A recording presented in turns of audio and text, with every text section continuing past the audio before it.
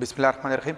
ملګرو دا د شخصیتي ثوابي څلورمه ویډیو ده او نن پکې جایزه اخلو د شوبیز او شو بزنس کې چې د ثوابای نه هغه خلک چې شوبیز ته لاړل او په کریډټ باندې یو کار شته، عزتونه یې ګټلي دي، نومونه یې ګټلي دي، یو کار یې کړی دی، سټرګل یې کړی دی، بیا سکسس ته رسېدلي دي، د هغې جایزه به اخلو. نو د ثوابای نه ړومبی سړی چې شوبیز ته تللی او نوم یې ګټلی او کامیابه شوی مو نه د مرغوز کلي صوبت خان استاذ و. صوبت خان استاذ د آل انډیا ریډیو چې کله شروع شو، لکه چې د انګریز په زمانه کې انډیا ته ریډیو سټیشن ړومبی راغی، ریډیو سټیشن قایم شو، نه په دلی کې و. نو د دلی د ړومبی ریډیو سټیشن نه صوبت خان استاذ سندرې ویلې وې او هغه سندرې په پښتنو کې مشهور شوې هم وې.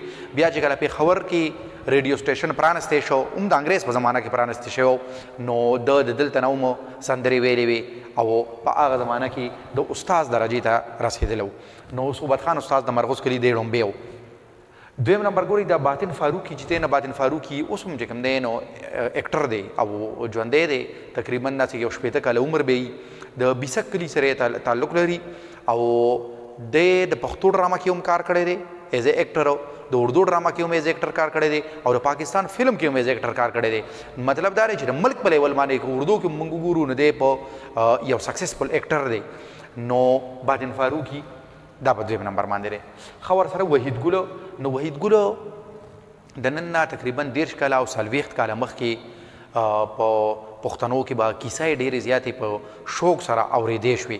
کومې کیسه یې؟ هغه کیسه چې هغه به سندرغاړو په شاعرانو به اول په شعرونو کې ولیکلې، بیا به سندرغاړو هغه په کیسټو کې ریکارډ کړي، هغه کیسټې به خرڅېدې او به خلکو ډېرې خوښولې.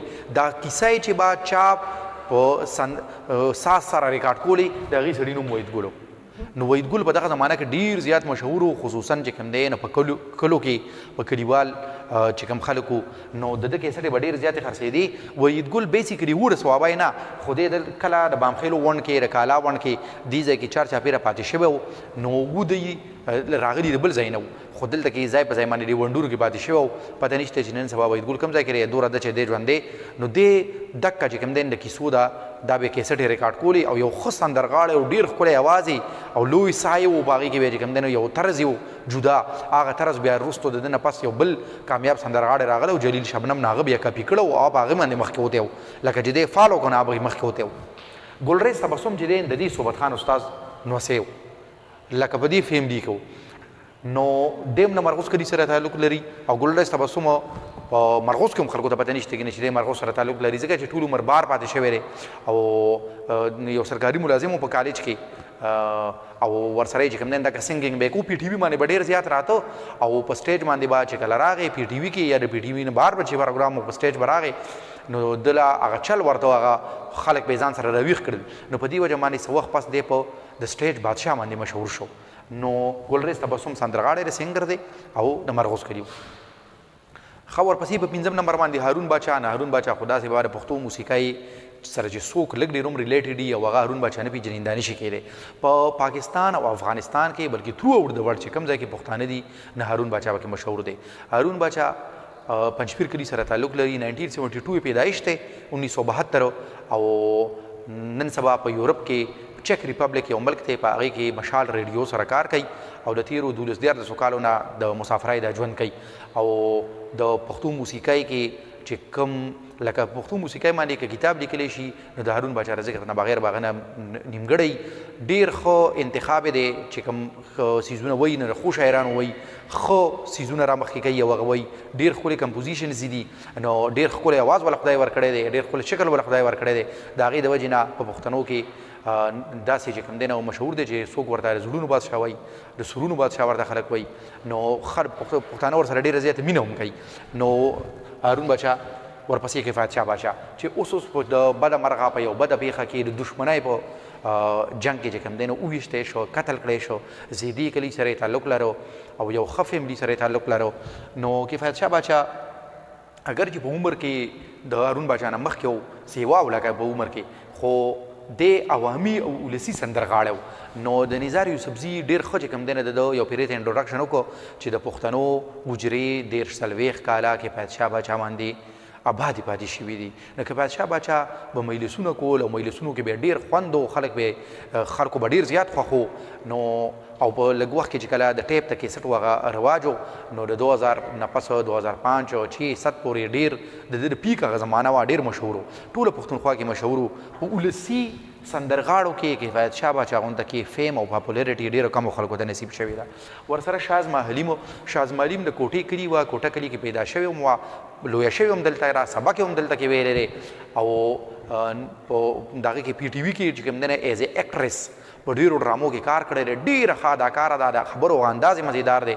دغه خبرو د انداز بیا دا چې کوم دی نو په پی ټي وي کې او په ای وی ټي خیبر باندې ایز ا هوسټ هم ډېر پروګرامونه دی وکړلو. نو نن سبا په اسلام آباد کې اوسېږي او د سوات یو صحافي دی عقیل یوسفزی نوم دی، هغه ته واده شوې ده او هغه یو ښه ویل اسټبلش فیملی ده نن سبا.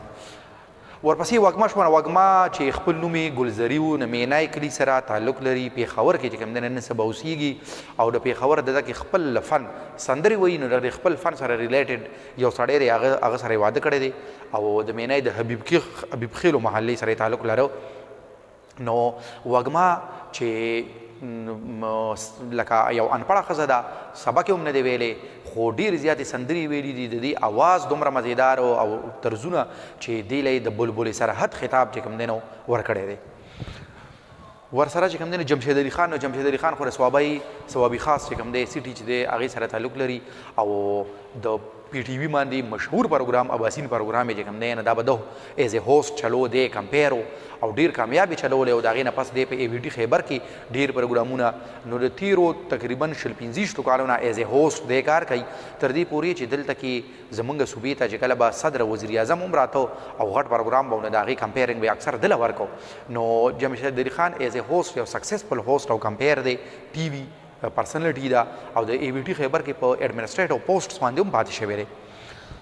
دا دواړه مې جدا چې کوم دی نه په دې وجه لیکلي دي چې اصل کې د دې پهچان شو بزنس نه دی، دا ټي وي پرسنالټیز نه وو، څه وخت ټي وي کې کار کړی نو هغې سره ریلیټډ پاتې شوي دي. د دوی شهرت چې کوم دی نه هغه شاعري ده، لکه علیدر جوشي مخکې ویډیوګانو کې دی باندې هسې هم بحث شوی دی، دواړه شاعران دي خو علیدر جوشي چې کوم دی نه د پښتو لومبی فلم چې و یوسف خان شیربانو دی د هغې رایټر هم و ډایرکټر هم و. نو په دې څه وخت چې کوم دی نه لکه فلم ریډیو ټي وي سره ریلیټډ پاتې شوی دی او شهرت د خپل شاعري ده. عزیز مانیروال هم چې کوم دی شاعرۍ باندې مشهور دی خو د ای وي ټي خیبر مشهور پروګرام کلیوال رنګونه ډېر وخت ایز ا هوسټ چلولی دی نه د هغې وجې نه د ټي وي سره هم ریلیټډ پاتې شوی دی. نو دا د شو بزنس د ثوابۍ د ستورو ذکر و. بله ویډیو کې به بلې موضوع سره راځو. د داسې ویډیوز لپاره زموږ چینل ګورئ. ډېره مننه.